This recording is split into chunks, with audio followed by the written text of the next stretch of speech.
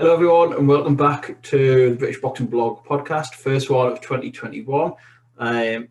Stephen and Andrew, as always, Happy New Year to everyone watching and listening, and Happy New Year to you as well, Andrew. I thought that was to me initially. Happy New Year, mate. Haven't good? seen you over the festive period, apart from via Zoom and podcasts. No. It's been a tricky, funny one, hasn't it? I think we were tier 3 when we spoke last year, and we're now into tier 4 here as well, so I probably need a chance to get together anytime soon. Yeah, it's honestly made very little difference to me anyway. Like, obviously, when I'm just sitting there, just off air, we're just chatting about our plans, what we did. Like, went up my mum and dad's for Christmas up in Gateshead, and it was obviously nice to actually be able to do that. Tier 4 technically wouldn't be able to, but I don't think over Christmas it would have made too much difference to everyone. And it was interesting watching, like, in the house, obviously, last night for New Year's Eve, celebrating with the wife, just basically struggling to stay up past midnight. And, like, the chat about it and all, it's like, oh, 2020's what a shit year, it's out the way, on to 2021. It's like, well, actually, just because the calendar's changed, I don't think it's going to make that much difference. We're still in that, if you rewind back to sort of lockdown time before sort of August, September, October, and we were looking ahead in a boxing sense of what was going to come and whether the shows would have fans back, how big an impact it would all have, and we're very much in the same position. It seems like we've sort of survived for a little bit. We'll go along month by month, and then the government's out, we need a bit of a reset or a circuit breaker or whatever it means, and back to square one. No, exactly like you said, I was sort of like, obviously our sides of the family like would get together over Christmas normally, but this year wasn't possible. But still grateful for the Christmas we had with like my dad and Jess and stuff like that. Like a lot of people have had it worse than us, so I know people from London and that who have just not made that risk coming back up, and people from Scotland who haven't came down to see their families, and I think it's probably a lot worse out there than us. So I think there is, and I think it's like I mentioned this previously on the podcast and in like private conversations. I think people are quite selfish in terms of getting really annoyed and upset when it affects them directly. Like, you think of the world, there's constantly people worse off than us, and you want to get all philosophical and deep about it. Like, we are quite fortunate in our everyday lives and all the things we've got you take for granted. And I think this year, if there are any good things about it, it's been that it sort of allowed people to maybe think about it a bit more, and maybe think about how lucky we are, and the sort of the small things that you can be grateful for, and all the rest of it, which I suppose is what New Year's all about, isn't it? New Year's resolutions and that. Andrew's New Year message. I don't know what that. Yeah, I like it. I like charity, it. Maybe we'll see. It's nice to hear some positivity. Yeah, I got to put a bit of a positive spin on it. Anyway, obviously the boxing podcast. We'll get on to boxing, I suppose. We've deliberated, debated, we were going to sort of do a big reflection and some sort of like unofficial award ceremony on 2020, but to be honest, I've got bored of seeing other people's on Twitter and like on different social media, all the different boxing websites doing something similar, so I sort of talked myself out of that one, and we'll cover some of the events. We've opened it to questions a little bit, but we're going to do mainly more of a preview of it. We'll look ahead to what we sort of expect and what we want from boxing in 2021, as well as some of the confirmed fights coming up this month, in fact. This week, tomorrow. Yeah, exactly. We left it too late to just do it solely exclusively on Campbell Garcia, because that would be out of date very quickly. But we'll start with that one, I suppose, and then we'll answer some of the questions that we've got on Twitter and just work our way through, see where we end up. Definitely. Campbell Garcia-Cambell, whatever. Very much looking forward to it. I think as the times got closer, for a number of factors, I guess, have contributed to me excitement for it. I think straight in, I think like you said, it's 2nd, 3rd of January, bang. It's not too far from Canelo Smith, Tanaka, Ioka yesterday. Like, it felt, there's usually a bit of a lull at this point, but sort of big time boxing's continuing straight off the bat. I think another point is that it's on DAZN, and we on our last podcast were sort of singing the praises of DAZN and how well we thought it worked over that Canelo Smith and Golovkin weekend last time, and then just as another sort of shot on the arm, it looks like it's going to be sort of around the 11 p.m.ish mark UK time, which again is just another positive, and it gets you a bit more excited for it. That's not even mentioning the fight, which, as we've discussed, I think in a separate sort of WhatsApp group today, that fascinating, intriguing, all those type of words that you want to throw at it. It's a very, very intriguing fight. Questions from both sides, and I think that's when you know you're onto something good, when there's questions sort of similar to Dubois Joyce. It's what if this, but has he done this and has he not? There's just a lot of intrigue, and there's arguments to be made both ways. Yeah, I think if you look at it in terms of Garcia being the A side, the home fighter, then a lot of the questions come around the matchmaking, and you sort of think, well, they've obviously got some confidence in picking Luke Campbell as an opponent. Like, I know it's WBC mandated and pushed for and promoted and pushed and all the rest of it, but they are not undoubtedly taking a step up. This is Garcia's biggest name on his record. It'll be the best opponent he's faced, and based on his recent level of competition, it's a step up. And a lot of the questions that we have, and especially in the UK side of things, it's like, is he ready for someone as experienced and as seasoned as Luke Campbell? We're going to find out pretty soon. I think if I was to look at it from that matchmaking point of view, and the confidence of Team Garcia and Golden Boy, and it's Eddie Reynoso is his trainer now, I think they're picking Campbell, or they think they're picking Campbell at the right time. Yeah. He'll get enough credibility with the win, and I'm not going to jump on afterwards and say that, it was a shocked version of Campbell, or he's beat a past his prime Campbell, whatever. Like, if he wins, I'm going to give him full credit, because I think Campbell, outside of the likes of Lomachenko, is a problem for anyone at lightweight. I'm not saying he'll beat everyone in the division. Obviously, Teofimo Lopez is the man at the moment. I favour him over Campbell. But other than that, I think Luke Campbell poses problems for all of them, and it'll be a tough test for Garcia just to see exactly where he is. He's coming off some sensational looking knockouts and stoppages, and you mentioned obviously Dubois and Joyce as one we talked about recently. Same with Anthony Yard and Lyndon Arthur. Like, these A-side fighters are going to be up against something that they maybe haven't seen before, and Garcia's going to, unless he wipes Campbell out in a few rounds and looks sensational doing it, he's going to come up against some problems that he hasn't faced, and a lot of those questions about how he responds to that, and how is he going to deal with an awkward opponent, how's he going to deal with it when he's maybe losing rounds and not having everything his own way, they're going to be answered tomorrow night. I think that's some good points there about, Campbell is going to be the best name on Garcia's resume by a million miles. You know what I mean? The best name at this point is Francisco Fonseca, who, probably people are familiar with him in this country, with that sort of life or death draw he had with, what was it? Channel 5 man, Alex De La Maggi. I can't pronounce his surname. Give it a hell of a try. Who? Dil Magani, that's the one. Dil Magani, whatever. So it's intriguing in that sense. Like, let's find out if Garcia is the real deal. All right, he's flash, he's fancy, he's fast, he's good looking, he looks the real deal. Social media wise, like highlight reel wise, you think like this kid is special. And there's a lot of people out there that generally believe he is, and that's the thing. It's fascinating.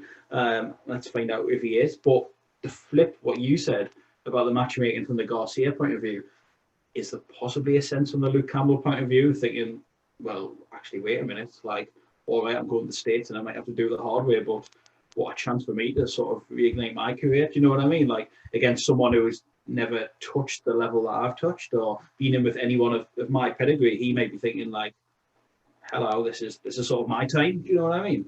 Yeah, 100%. I don't think, if we rewind to last year, I don't think this is a case of Canelo against Callum Smith, where a lot were sort of bigging it as a 50-50, but Canelo was widely considered the favourite outside of Liverpool. And like, Smith, with a dose of hindsight, went over there and was ultimately happy to survive the distance, take the money, and he can go off and rebuild. I think Campbell and his trainer Shane McGuigan will be very confident in picking this. I read a quote earlier today, yesterday, from Campbell saying, like, apart from Instagram followers, Garcia doesn't have anything that Campbell doesn't.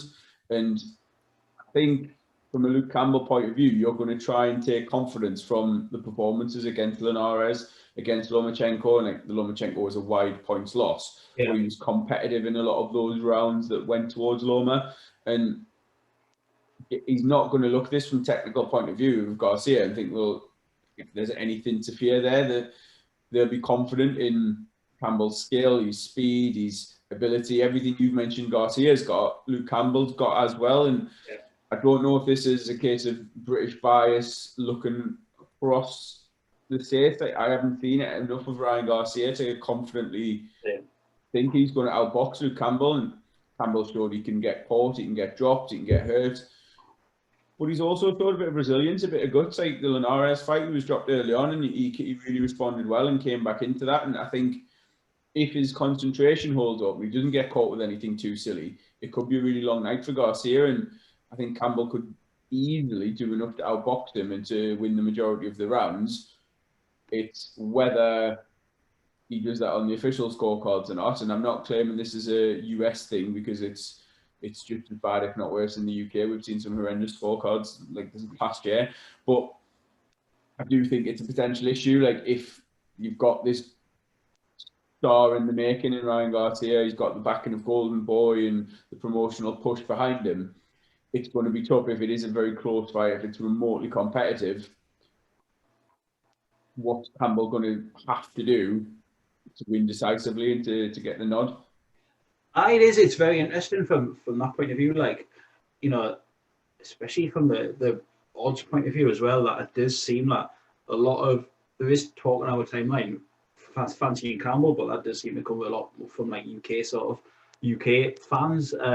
The Americans all seem to favour Garcia here, and the money's just continue to just go on him. Like, Campbell's as big as 3-1 now, which seems massive, to be honest with you. 6-7-1 for points. Like, I don't know. Do you think coming so soon after Canelo Smith had an effect on people's sort of not betting habits, but psyche and thoughts around it? Thinking, oh, is it just another Brit going to America to get beat, or is it's in Texas? You know, I've seen the same things trotted back and forth today and throughout the week. Like, he has to knock him out. He's not going to win on points there, get nothing close there. Like, I've said some of them to you. Do you know what I mean? Like, is Canelo Smith still in people's sort of mindset? And, you know, Campbell, I guess a bit of UK money might go on him tomorrow, but are you surprised to see him as big as 3-1 in a fight that could generally be considered sort of 50-50-ish? Yeah, and I think as well, like what we've talked about there, the matchmaking and the fact that sort of putting Ryan Garcia in with someone, he's been a big favourite against everyone he's faced. So it's not like it's this monumental step up. We've discussed there that it is a step up for him in terms of his recent competition, who he's faced previously, but it's not probably that massive leap to, like, if he was fighting a Teofimo Lopez, for example. I think, particularly in America, they'll view Luke Campbell as maybe a bit of a gatekeeper at the very top level. And I don't mean that disrespectfully, because that's not how I view him, but I think they'll see that he's lost to Mendy, and obviously he beat him since, lost to Linares, fighting out in America, lost to Lomachenko over in the UK. And it's almost like, right, well, when he's stepped up, and it's the tale for a lot of British fighters, unfortunately, like when they step up to that top level, they just fall a little bit short. And I've already spun it the other way, where Campbell will probably take confidence from those performances, not necessarily the result, but how he's done and how he's performed in the ring. Yeah, I don't think the wider audience are going to give him that credit. They'll be looking, thinking, right, well, if Garcia is legit, if he is the real deal, then he's got to beat Luke Campbell like Linares did, like Lomachenko did, to move into that upper tier, to move towards a potential fight with like a Devin Haney, a Lomachenko, Gervonta Davis has been mentioned. Like, these are the sorts of names that, rightly or wrongly, Garcia's getting thrown in with, and they're almost seen as a bit of a foregone conclusion that he's going to win, and it's just how he does that. Like, you know, almost the least they see coming is that Garcia's going to win on points. Like, it's, if he stops him, he'll stop him, and Lomachenko couldn't do that, and he looks sensational and adds to the hype. And as I said, I do think they are completely overlooking Luke Campbell. You talked about the odds, and it's a tough one. We've talked a lot in recent weeks, and I'm sure you'll come on to some of the betting boxing tipsters out there. And I think there's this sort of phrase of looking for value, and it's taken us a bit of a while to stumble across it, hasn't it, and sort of unpick these fights in a bit more detail and the methods and the sort of the reasoning behind them. Because ultimately, like Luke Campbell, I think it's a close to a 50-50 fight. There's factors in there that you can maybe lean towards Garcia, like we're saying, getting the hometown decision and things like that shouldn't come into it, but obviously do. You put your £10 on Luke Campbell at 6-1, it's still more likely that you lose that £10.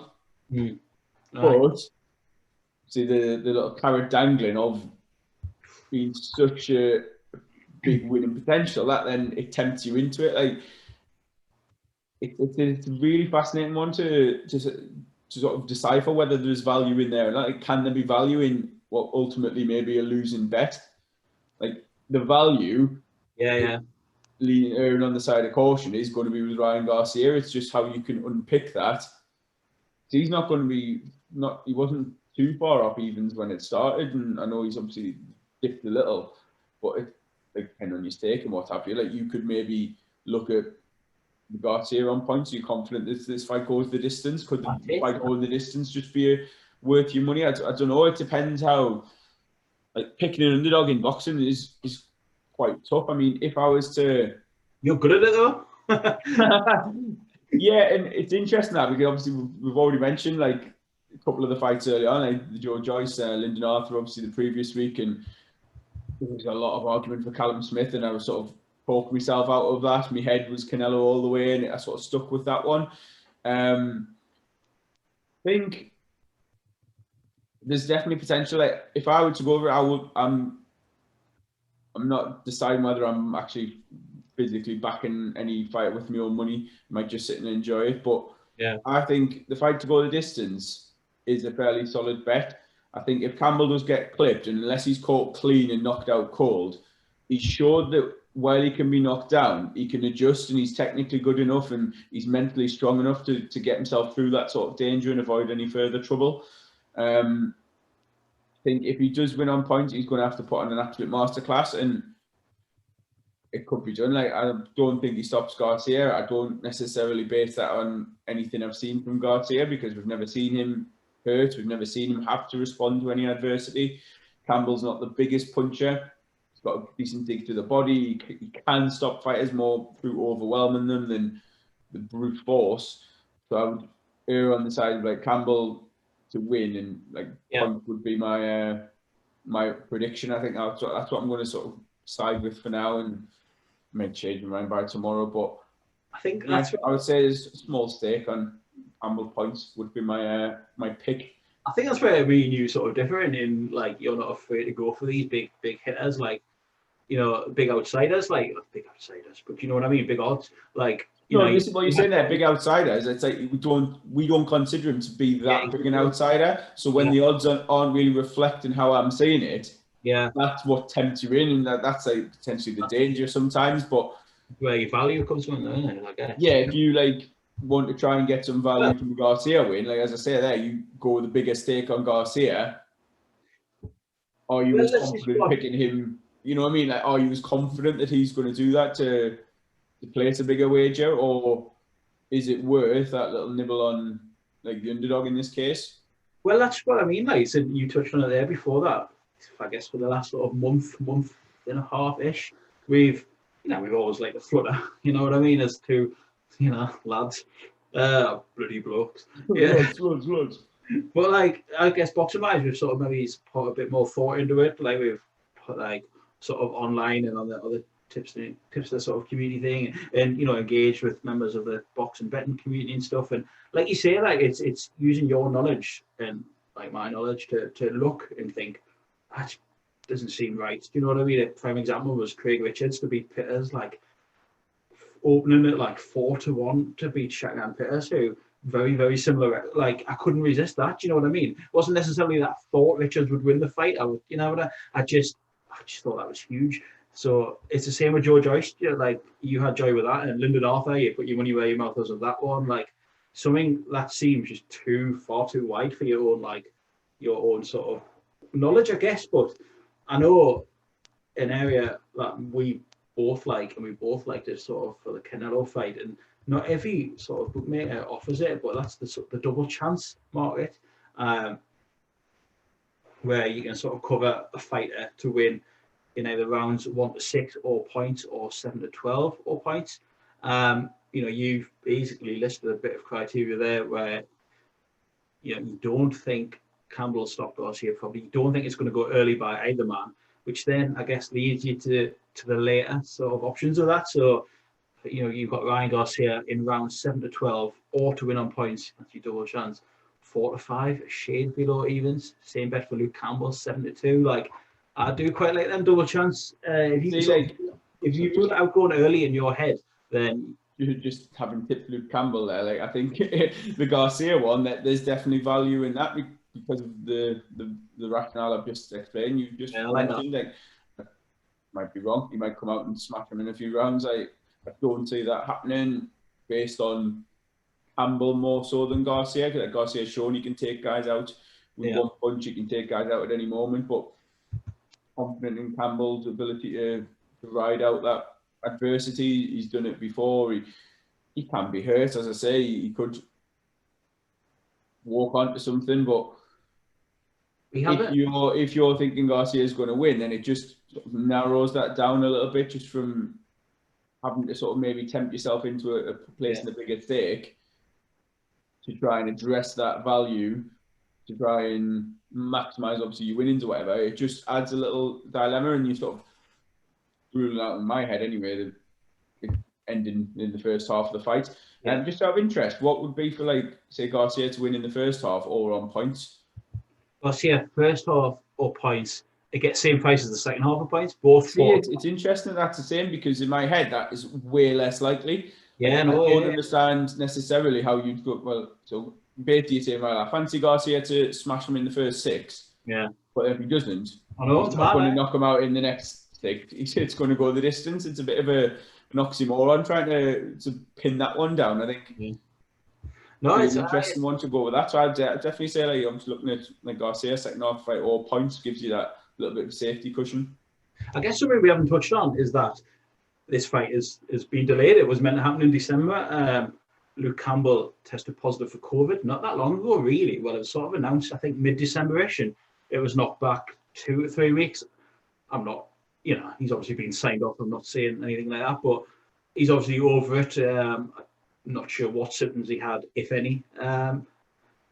He's obviously happy to push it back just a couple of weeks, first weekend in January. Just interested to see if that has any impact at all. Or it was the initial sort of UK launch of DAZN was meant to be this fight, so it was early December, I think, initially, or mid-December, as you say. But depends on the symptoms. Like, obviously, you've had a previous test positive. I mean, like, some of our mates haven't that. Some have sort of shrugged it off in a day or two. Some haven't even felt symptoms. Others been absolutely sidelined by it. So it depends. And we're not necessarily going to find that out. Are we? No, I guess not. No, just impact it's had on him. Just made us think about what you were saying before about. I guess I'm not saying this is how you make fights, but from the Garcia point of view, you take a little look at Campbell's, say, record. You think 33, getting on in years. Like you say, he's been on the floor a few times recently. He's been beat a few times. As a box rec, on paper, they might think, as a box rec sort of bit of matchmaking, then they might, like you said, think, oh, we're onto something here. We're fighting the washed up, older Brit. You know what I mean? But that's not necessarily, this is where the intrigue is. That's not necessarily how it's going to play out. And, it'd be dangerous to overlook. I've done the same as you. Overlook Luke Campbell. Do you know what I mean? So, and I think from that point of view, there's then pressure on Garcia, because if you flip that round, and how many times have we seen UK prospects on Matchroom or Frank Warren shows, and fighting sort of someone we see as a bit of a name, but a faded version of that name, a couple of losses on the record, like at a decent, like a good level. There's no shame in the losses he's got. He's obviously avenged the Mendy one. But if Garcia struggles with Luke Campbell, that's going to look a lot worse on him than if Campbell, like, if it's a competitive close fight, like Campbell again can sort of emerge with credit. I don't think it's going to do him any good to necessarily emerge as a sort of valiant loser again, because that really puts the brakes on where he goes from now. And as you say, he's not getting any younger. He's sort of, is he 33, 34 now? Like, his last shot of glory is rapidly approaching that world title, if that's obviously his ultimate goal. Yeah. Whereas Garcia did have time on his side, but it's not the gimme that I think the American press and the American boxing fraternity, community, whatever you want to call it, see that it is. Definitely not. It's not one of these where we're sending over with all due respect, like a James Tennyson or a John O'Carroll to fight Tevin Farmer. Eddie's had a bit of shit for this in the past, where he's basically sent his boys over for life-changing money, and they've been massive underdogs and ultimately being outclassed. I don't think that's this at all. No, I totally agree. And you mentioned, I think, a bit of pressure there on Garcia, and I think it comes because of sort of how hot that division is and how hot it is with young American fighters. Do you know what I mean? Like, Haney, all right, wasn't particularly great last time, but he's 22, he's flying at the minute. Teo Lopez, bang, top of the tree after beating Lomachenko. Gervonta Davis sort of flirting around these weights, stunning last time out, and now it's time for Garcia sort of bite of the pie. That's four outstanding like American fighters, or potentially outstanding American fighters who are like leading the way. And it's like you said, they have to now, they're sort of pushing each other on inadvertently, really, and they're trying to like match each other and outdo each other. And it's great for the sport, to be honest with you. It's great for American boxing. And like heading into 2021, I guess it's still the place to be after all these years, and still where the leading lights are. And that's what I'm looking forward to seeing, how Garcia sort of what's he got to show. Do you know what I mean? The standard's been set high from Teo Lopez and Gervonta and stuff the last few fights. So what he can bring to the table against Luke Campbell is fascinating.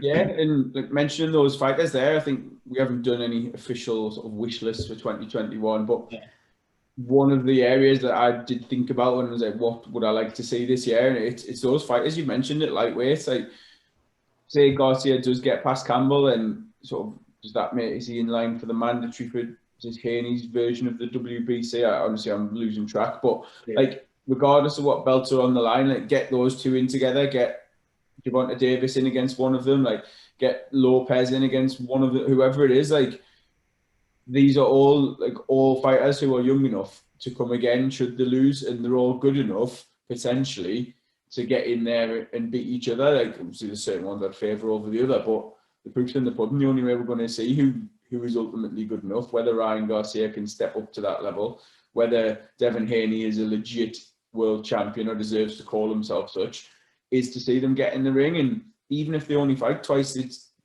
2021 each, ultimately then that's going to get rid of all the posturing and the preening and this guy's this and this guy's that. Like, they fight each other even if they only fight twice a year. Like, if they're fighting against each other at that level, it's going to produce some entertaining fights, it's going to produce some hopefully definitive results as well as to like who's the man at 135. And that's basically what you wish for every weight class, isn't it? Like, the ones at the top end up fighting each other. You can go on Joshua Fury, Crawford, Spence. Like, there's matches to be made throughout the divisions, and you just want to see them happen.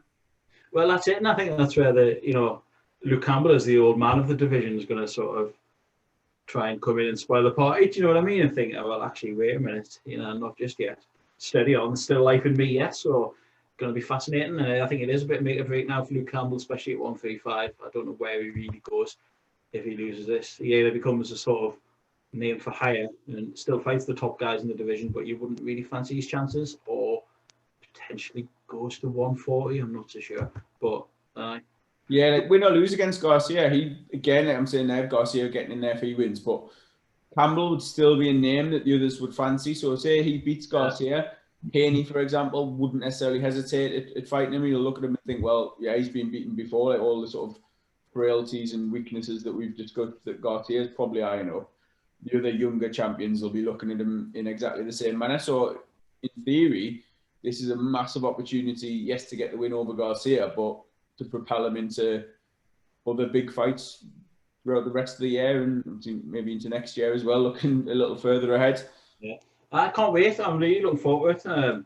And this has just made us a bit more excited just talking about it all there. I think it's nice something to get stuck into before going back to work on Monday. Nice way to start the year off, though, isn't it? And then I think a bit of a lull after that, couple of weeks sort of quiet period, and then some good stuff coming up again after that over here. Like, and MTK's got a good show. And then you've got Vanessa and Kelly, and so good to see boxing just sort of ploughing through what is usually a traditionally quiet period, but plenty of good stuff coming up in yeah, exactly. You just mentioned there two like European title fights coming up this month and on different cards, so we'll discuss them in a bit more detail. I think obviously nearer the time. There was one question about sort of previewing, and then there's a few others about looking back, so we'll come to those later. But Colin Middlemas sent in a dream Northern Area title fight for 2021, and also which Northeast prospect can you see having the best 2021? I was thinking, I didn't see that question, so it's caught us on the hop a bit, but I was going to mention Northeast boxing, which obviously we used to have a bit of a segment on every podcast, and it's largely been forgotten about. Well, not forgotten about because obviously you've got like Savannah and stuff. There's a question on here as well. And Small Hall, it sort of has. And what was his first question? What's my dream Northern Area title fight? Yeah, I'd love. It's not going to happen. I'd love Ellis Corey v Joe Laws. I think that's a cracking fight. I would love Joe Laws to reschedule that fight with Chrissy Pilkington as well. I know Chrissy's got a bit of a losing record and is a bit of a Northeast road warrior journeyman, but I think for first fight back for Chrissy Pilkington, for Joe Laws since that Ryan Charlton sort of defeat, that would get a good Eagles Arena crowd going. I reckon too local. Benville lad, negated lad would be fun. Ellis Corey v Joe Laws would be fascinating. I cannot see that happening. Adam Gare, Michael Webster, cruiserweight. That's one that's been sort of mooted locally for a while, as at least last year, the last couple of years. Two lads, similar records in the same division. Makes perfect sense in that regard. Darren Surtees would be in any sort of Northern Area wars. He's been that level at the past, but anyone around Darren Surtees, Darren Richardson's weight would be interesting. Honestly, it feels like going back in time talking about Northeast fighters. I'm trying to think, like, who have I seen recently? Well, this is it. I think because of COVID wiping out essentially the small hall scene for the majority of the last year, it's hard because we see boxers very close up in that prospect stage where they've had like 2, 3, 4 fights against journeymen and they'd look to get progressed on, but it just hasn't happened because the shows haven't been there. So these lads who at the best of times can become disillusioned with the sport and fall out of love with it and fall away from it, it just seems to have been exaggerated and sped up a little bit. It's like I've got no idea really, apart from speaking to a few very informally, like over social media and messaging and stuff, like who's actually in the gym, who's having to work full time, who's getting furloughed from their day job and all these other circumstances to say like who's actually going to be in that Northeast scene come the restart, whenever that kicks in, whenever that takes place. I think Tom Hill's always good value at that sort of that level. He's one of the few who did get out in 2020, and he got beat off that kid on the Rafferty on the MTK show in a very good fight, didn't he? If you're talking best prospect, you have it's intriguing because I honestly think the Northeast has suffered some good times, but talking best active prospect, I would say Ellis Corey ended 2019 on absolute fire, like stopping Chad Ellis and Tom Hill in 2 consecutive Northern Area title fights. Like, he must be now at a point where he's sort of looking towards English level or English eliminators. Surprised his phone didn't go, or Pete Shepperton's phone or Steve Wraith's phone, sort of during that, that lockdown, like March onwards period, because he does seem to have stayed in the gym and he seems active and ready and stuff. But I think he's struggling to get in the fight, I think. But you mentioned that English title and the eliminator, that was discussed, wasn't it, for what was seems like an absolute eternity ago, was going to be the Newcastle Arena show in March. Yeah, true. He was potentially getting onto that, and obviously that then got rescheduled several times, rearranged and relocated to Peterborough, and ultimately the behind closed doors. There weren't as many opportunities for fighters to be on the card, so didn't get that nod. And there's not then that same opportunity for these lads to just keep active and keep ticking over against journeymen, whereas on a small hall scene, if they didn't get that big opportunity on the bigger card, the televised fight, the national exposure, they'd go back to a small hall show, sell a few tickets, have another fight, and wait for that opportunity or try and force that opportunity elsewhere.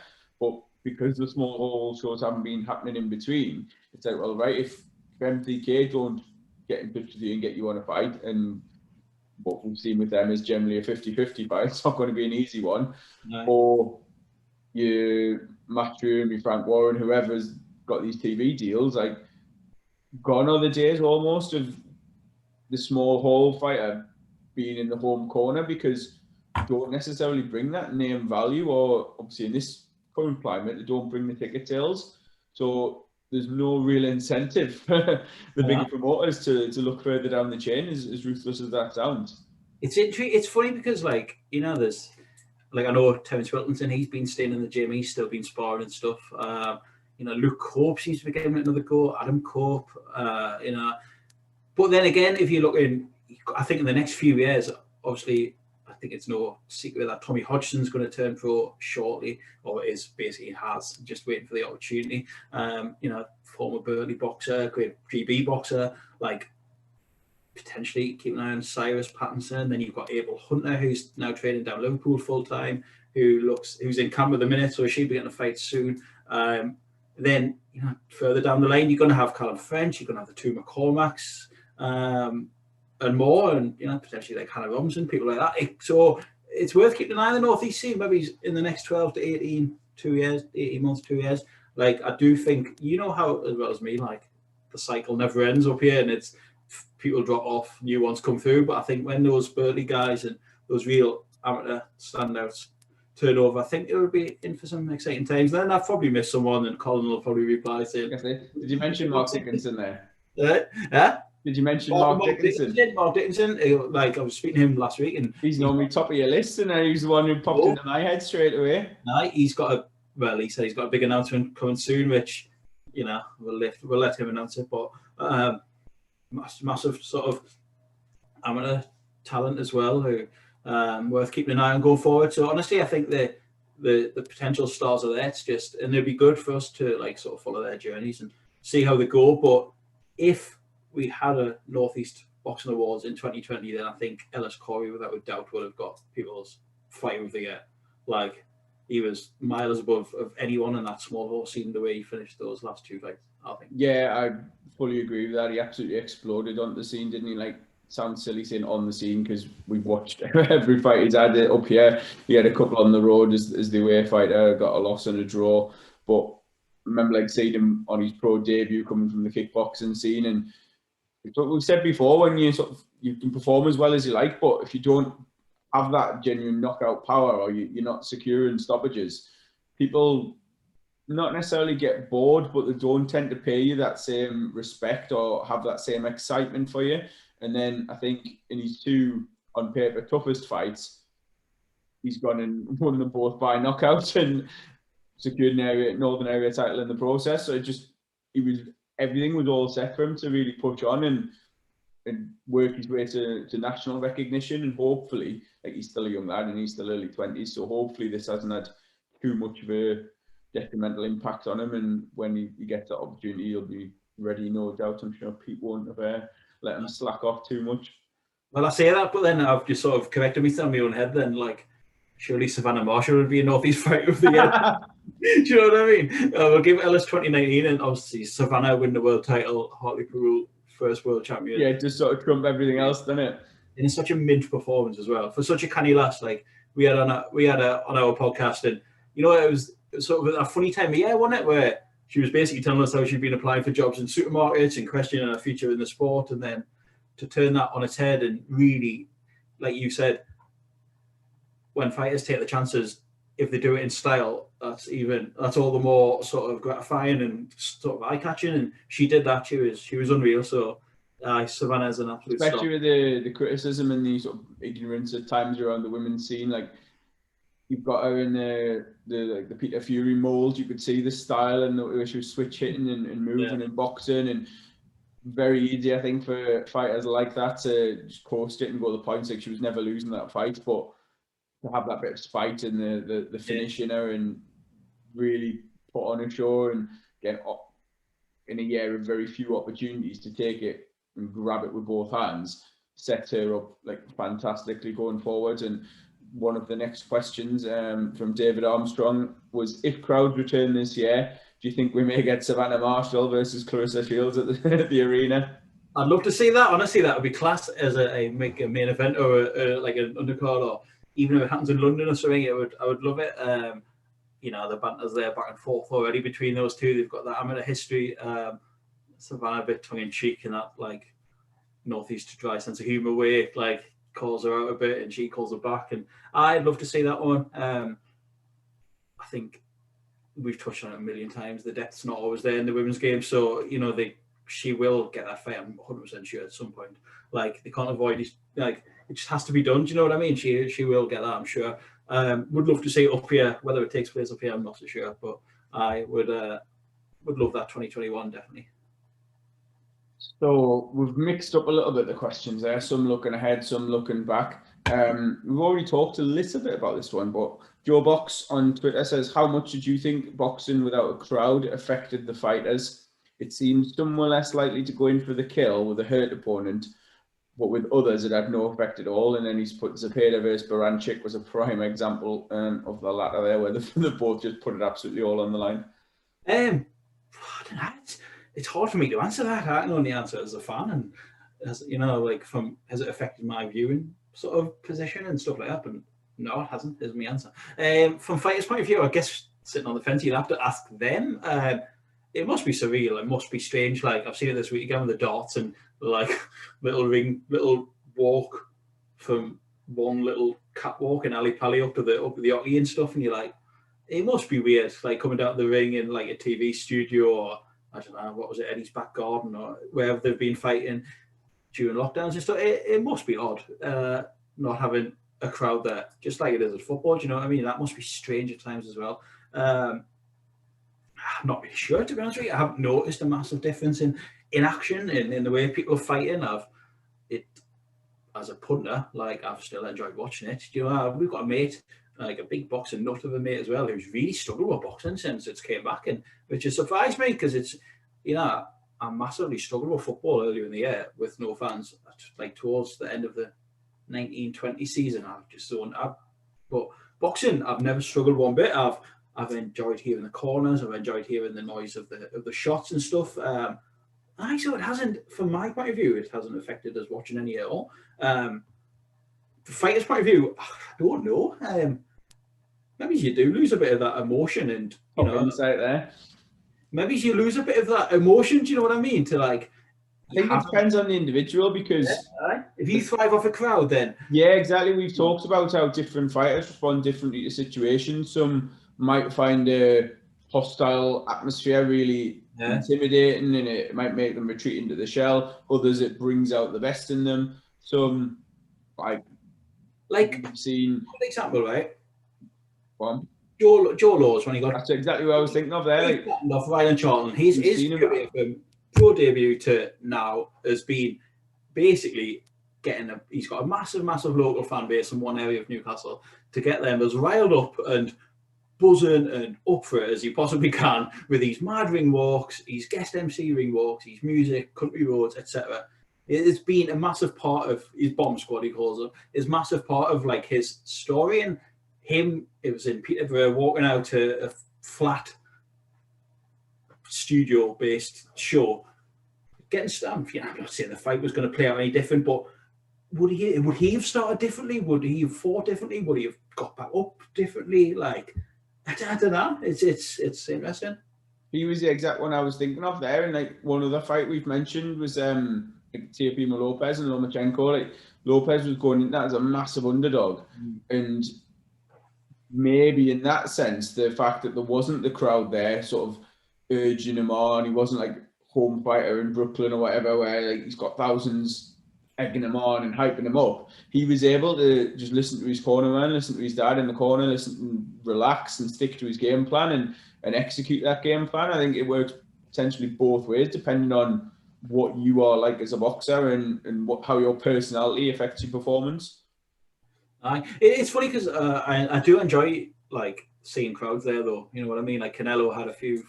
I'm guessing there's going to be fans again in Texas tomorrow, unless regulations Probably over there. Joshua had a few, but like even when you look at Australia and you're like Tim Zhu and that, and it was shocking, and you think, whoa, like remember crowds sort of thing. Yeah, exactly.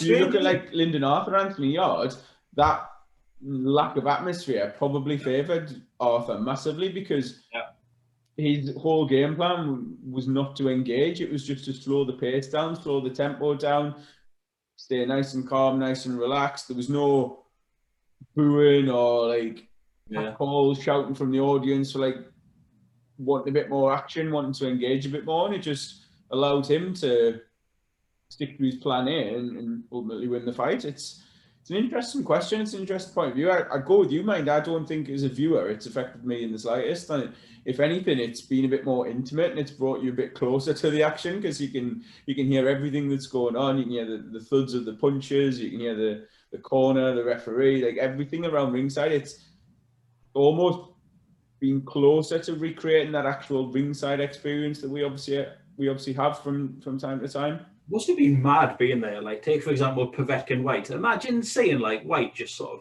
timber over like that, and just in like a back garden with 50 people there. That it must be bizarre. It must have been I'd like to know like media outlets think who were lucky enough to go to some shows in 2020. Like that must have been Stir in the pot. Yeah, just get me in there. No, but it must have been interesting, wasn't it? It's like the whole bubble thing and it'll be a good tale. We've been to shows and you sort of obviously you're aware there's a crowd there and like we have been lucky enough to be ringside in amongst the press and the promoters and stuff. And then when there's a press conference backstage, you're almost in that little bubble away from the rest of the crowd anyway. So there's like I've been at ones like again the sort of the national shows where the home fighters won and the atmosphere is totally different to when the home fighters lost and it's a bit like a wake. There's a really sort of lower key like atmosphere to it and it does totally change that tone. So yeah, that White one, like that's a good example actually because White was winning that fight and he was well on top and he can't really blame the fact that like the crowd was there and he got carried away and got sort of dragged along with the atmosphere because in theory that would have been the perfect atmosphere to just stick to your boxing and to not make the mistakes and to obviously ultimately not get knocked out. But it just shows maybe that didn't necessarily have any impact on White's performance or White losing. Maybe looking at the other way, Povetkin didn't have that hostile atmosphere to try and overcome. Again, not saying it would have had any bearing on the outcome. It's impossible to decisively say that one way or the other, but maybe the fact that he could hear his corner clearly in between the shots that dropped him and just allowed him to maybe encourage him, maybe give him that a little bit, made it a bit easier for him to stick to his game plan and to work his way back into it. I think it'd be mad in a few years when we do look back on 2020 and it'll be a good article for someone to write or someone to make a little short film about or something about like bubble life and COVID testing and like TV studios and it is mad. Like it is being mental and you have to take whether you like these promoters or not, like you have to take your hats off to Matchroom, Top Rank, Frank Warren, MTK for just keeping the show on the road basically and coming up with some good fights and fair play, aye. So it's been a mad year. It's going to go on for a while, and then let's be honest with you. But fingers crossed we get back somewhere towards in 2021, watching a bit of boxing together live. That would be nice, wouldn't it? Fingers crossed two more. One question split into two parts very cleverly by Sam Nichols. He said, looking back on all the fights we saw last year, what's your favourite fight and why? So I'll let you have a think about that one, because then secondly, he says, was there a fight that had the potential to be a great one that turned out to be disappointing? Oh, you know what? I've seen his question earlier and you would have thought as a consummate podcast professional that I could have given it some thought. A bit of research and maybe looked into it. I love these, disappointing ones. Oh, that's an intriguing one, isn't it? Disappointing fight. Um, God, Christ, let's fill some time in here. You know what? A lot of people probably would have answered that with like Dubois Joyce, but I was the same as you. I enjoyed that fight, even though it maybe didn't have the all action sort of style that everyone was initially thought it would be. But I still thought that was a very intriguing fight. So I can't really say that one, though. I do know a lot of people seem a bit flat after that one. I do think that one was one that potentially suffered because of the lack of glitz and glamour around it. And you can argue that's a Matchroom Frank Warren contrast all you like. But when we were watching, obviously, again, WhatsApp group pinging away and a few of our mates watching it, they sort of saw it as a bit of a small hall type thing because it didn't have everything around it. There wasn't the crowd and the sort of glorious venue behind it and the backdrop and everything. Like, put that in any garden with all the Matchroom hype and promotion behind it, that may have garnered a bit more interest and maybe disguised the fact that it wasn't always the highest of quality. But yeah, like as I say, I wouldn't have classed that one. I've seen a lot worse. No, that's it in a half. Honestly, Minging fights, I'm struggling. Thinking, Christ, can I say Vincent Vasquez? Didn't really get going. Did that promise to be anything else though? Well, that's it. It's always going to be a cagey back foot performance from Vasquez, and whether Lewis could do anything to prevent it or not. Honestly, I'm trying. You know what was funny? I tweeted about this last week that like I sort of couldn't get my head around that Fury Wilder was 2020. I'm like, you know, when someone says what's your fight of the year, I just go from March onwards. Do you know that was the one that leapt out for me, having read the question earlier. Like my favourite fight, just because of Fury, obviously coming off there was the first match, and there was a couple of the soft touches in between, and like what's going to happen, all the rest of it. Fury changed his trainer, and the message from Team Fury, like, I'm going to go out, I'm going to knock him out, I'm going to go out, I'm going to put it on him, I'm going to force him on the back foot, and everyone's like, bollocks, not a chance. You're going to go out, you're going to try and outbox him, you're going to feint, you're going to move, you're going to frustrate him, and you're going to, like, I personally thought he was going to win over 12 rounds. And like Big John Fury as well, betting David Hay, was it like fucking 50 grand or whatever it was? Like, God, it might even have been $1 million, I can't even remember. But it was like big money. He's like, he's going to knock him out. Like the confidence they had for that game plan, and the fact that it went against everyone's sort of advice, everyone's view of how the fight was going to play out. And then he just put it on him from start to finish and absolutely bossed him. It's one of the few fights I've sat and watched a couple of times this year.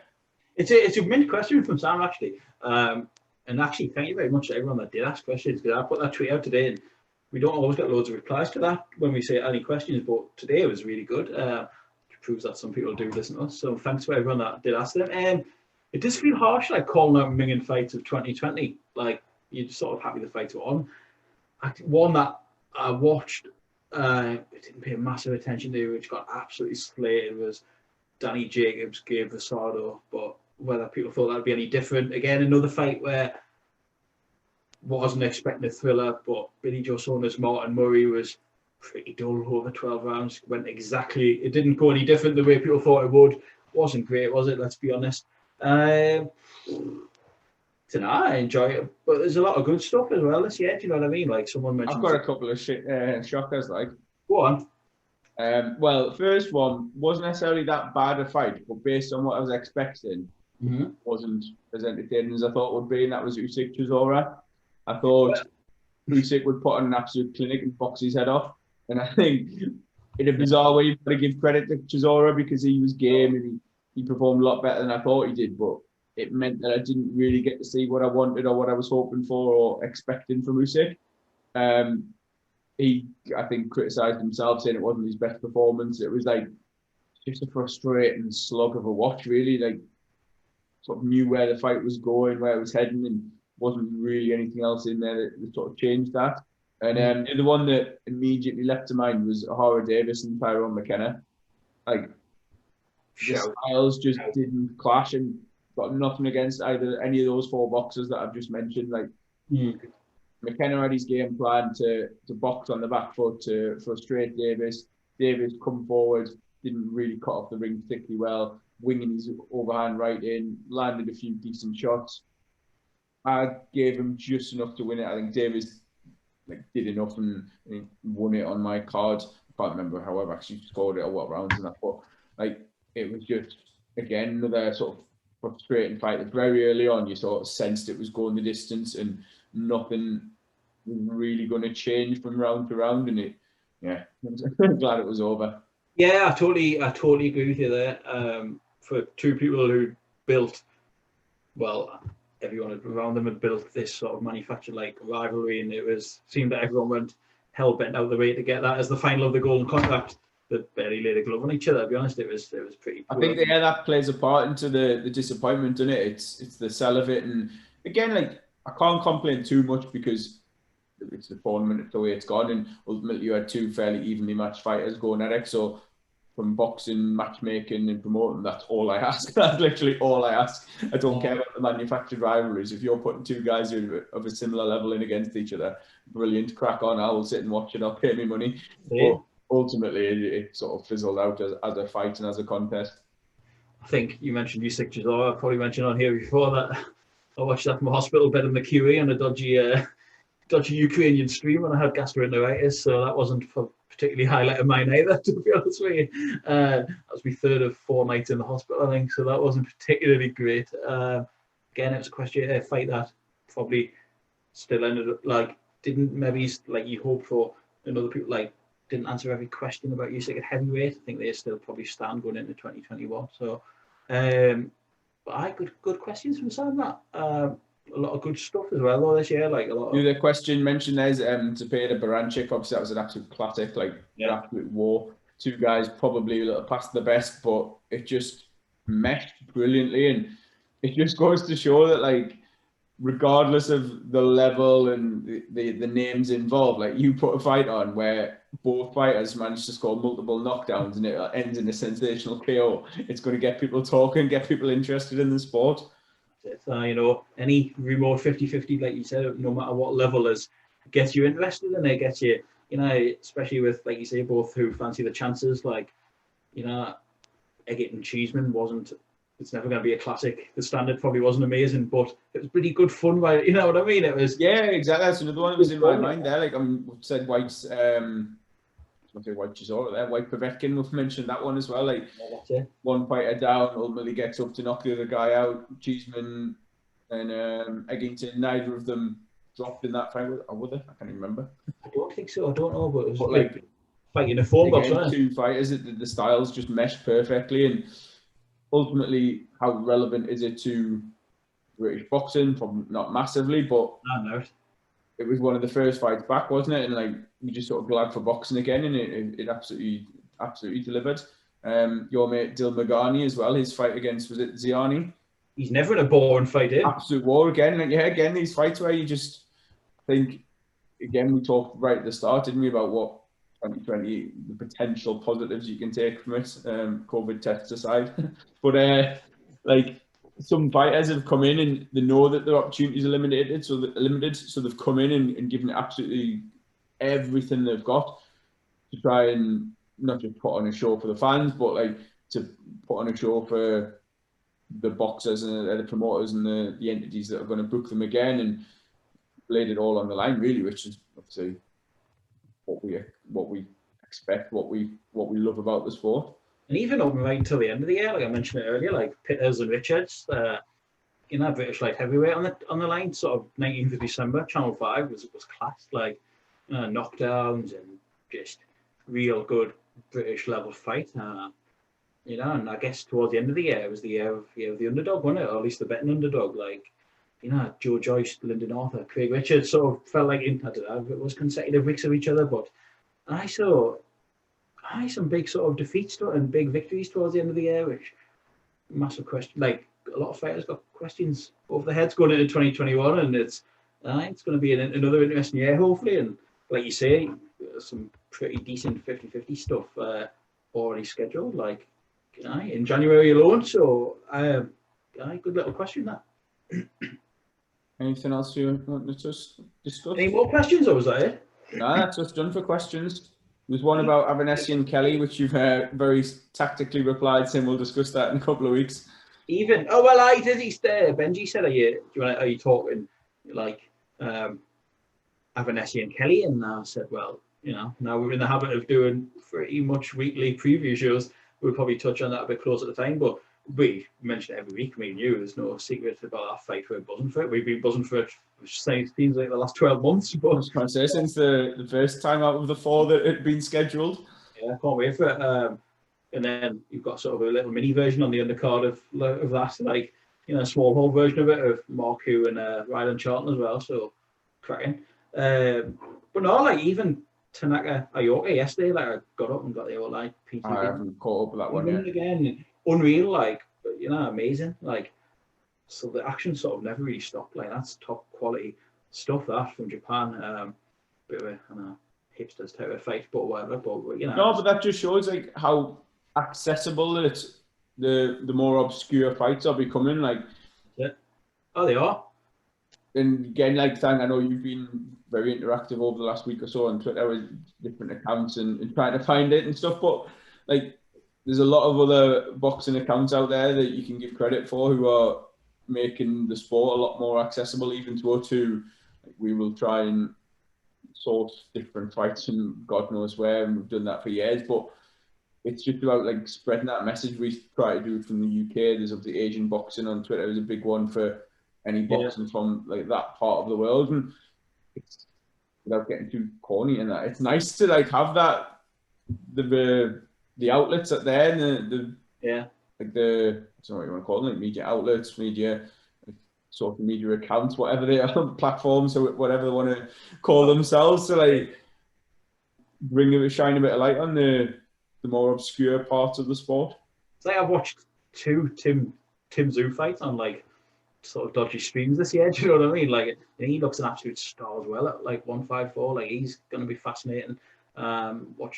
Seeing him go forward, and like even the other hemisphere, the other side of the world, there's some, like you say, accessible, and people sort of banging that drum and that, and so everything's sort of accessible and some good, like you say, outlets out there. I didn't know about that. I wasn't planning on discussing the elephant in the room, Ringwalk John's Twitter meltdown this week. I don't know. It's an account that we both followed, I guess, but I've probably interacted more with. If anyone hasn't caught up with the story, honestly, mental. Boxing. It's like fucking Simon Clayton Mark II. It is. The Americans have finally got the Cy Clayton. Good on them. Admit they'll be sitting in boxing. They'll be sitting together watching boxing. I was a big. We often talk about betting and boxing, and he got a podcast, Ringwalk podcast, which was popular, like really popular. He was making big inroads over there, big guests on. He's had Michael Conlon, Al Bernstein, Tom Loafer, Mike Coppinger, to name a few, like proper decent guests every week. The McKenna brothers recently, like who's his last one? Jonathan Banks was on just last week. You know what I mean? Like, he'd made a proper, like, decent branded podcast there. Put his face all over as well, which is what I'm coming to, which was mental. Like, he had a real good sort of voice and good aura, mannerism. Everything was like, there was a bit of feeling that he might have even gone on to land like a TV sort of gig in 2021, and his podcast was decent and built something up, built a brand up from nothing. Anyway, then turns out like he's had this massive sort of second life a few years back, where it's been insinuated and alleged that he'd faked stage 4 terminal cancer and was sort of a big, how do I word it, character in the online cancer community, using his old name. And then just mental, and then it's sort of he's all been found out, and it's just Twitter, boxing, American boxing Twitter, and it's just, I just went mad, and it's bizarre that from 1 week he's gone from hosting this successful, decent podcast, and probably going on to an amazing, the last week he was giving away ESPN subscriptions, DAZN, Showtime, like he's obviously well in there with the networks and stuff over there.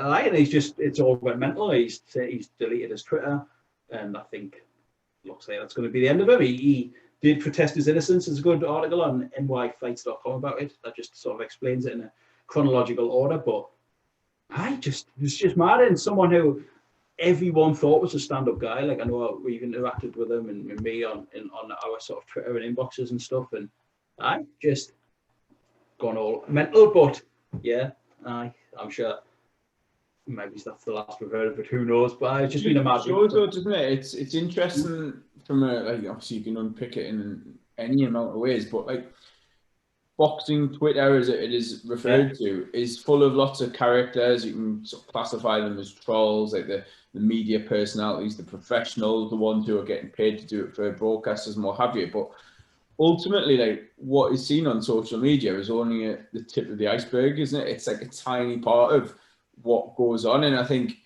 we're fairly transparent with ourselves. Like we're always sort of open and honest with whoever we meet, and like fairly self-deprecating. Like we play down our sort of achievements and what have you. But even with us, like it's taken us a while to put our faces on camera and reach out online in that sort of sense, and go into the YouTube video side of things. And that's probably not through any reason, to be honest, nothing anything specific other than like maybe a bit of shyness, a bit of reluctance to put yourself in the limelight. And but like it's fascinating that someone, as you said there, who again allegedly has done these sorts of things, would be so bold and barefaced to put himself online, and